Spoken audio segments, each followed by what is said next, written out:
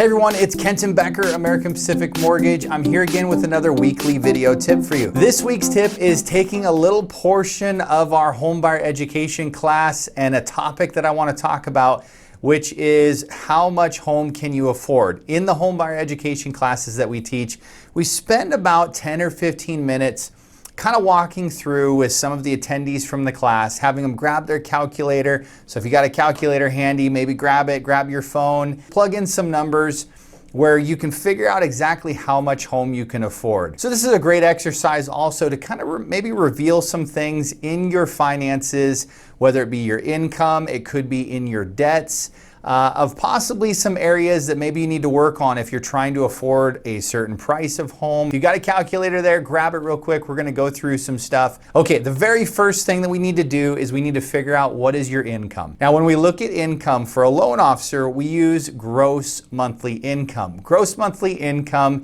is the income before your taxes, before your deductions are taken out. So it's the higher number that you make, not your after deduction number. That's called the net. We're looking at the gross. If there's more than one of you on the loan, add up both your gross monthly incomes together. You're gonna take that number and multiply by 45% or 0.45. Whatever number you get, set that number aside for a second. Write it down. We're going to come back to it in a little bit because now we need to add up our debts. What debts do you have?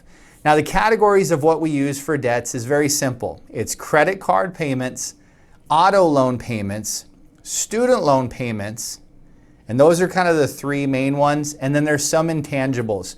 If you're paying on child support, if you're paying on alimony, or if you're paying on back taxes, make sure to include those in your debts. We're not counting rent, we're not counting utilities or any extra gas or groceries or anything that you spend. We're not factoring any of that. We're only looking at debt payments. The credit cards and the auto loans are simple.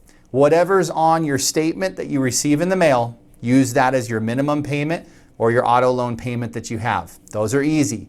The student loans, we're gonna have to do a little bit of calculating. So again, grab your calculator because what I want you to do is take whatever the balance of the student loans are and multiply that number by 0.5% or 0.5%. So for example, if you're using a balance of $50,000 in student loans, 0.5% would be $250. And that would be the estimate payment that you should use for your student loans.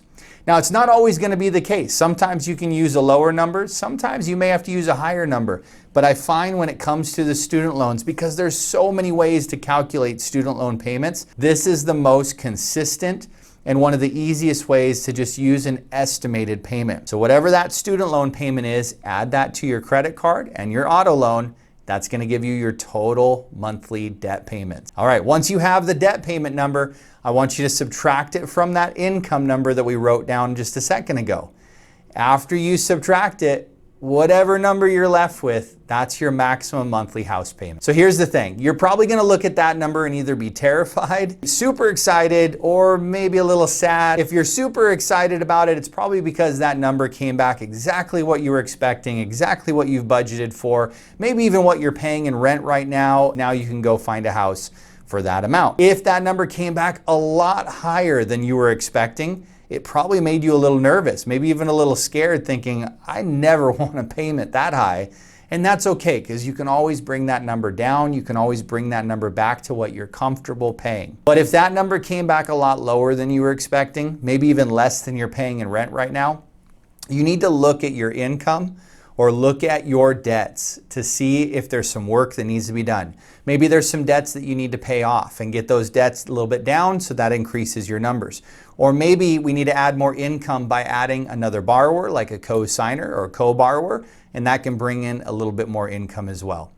Now, once you know what your number is, that the max is that you can qualify for, now you need to work with a loan officer to help you turn those payment numbers into a purchase price. How much home are you going to be able to find to get a payment of that number? And again, there's a difference between the max that your number is, the max number you just calculated, and what you're comfortable paying. So hopefully that helps. Maybe it kind of sheds some light on how loan officers calculate those numbers. But let me know, shoot me a text, phone call, whatever, and say, hey, Kenton, I did those calculations. It says I can afford $2,500, $2,800, $2,000. How much home is that going to get me? And we'll have a conversation. We'll figure out what that is. Okay? All right. Thanks so much for joining me on this weekly tip. Have a great week.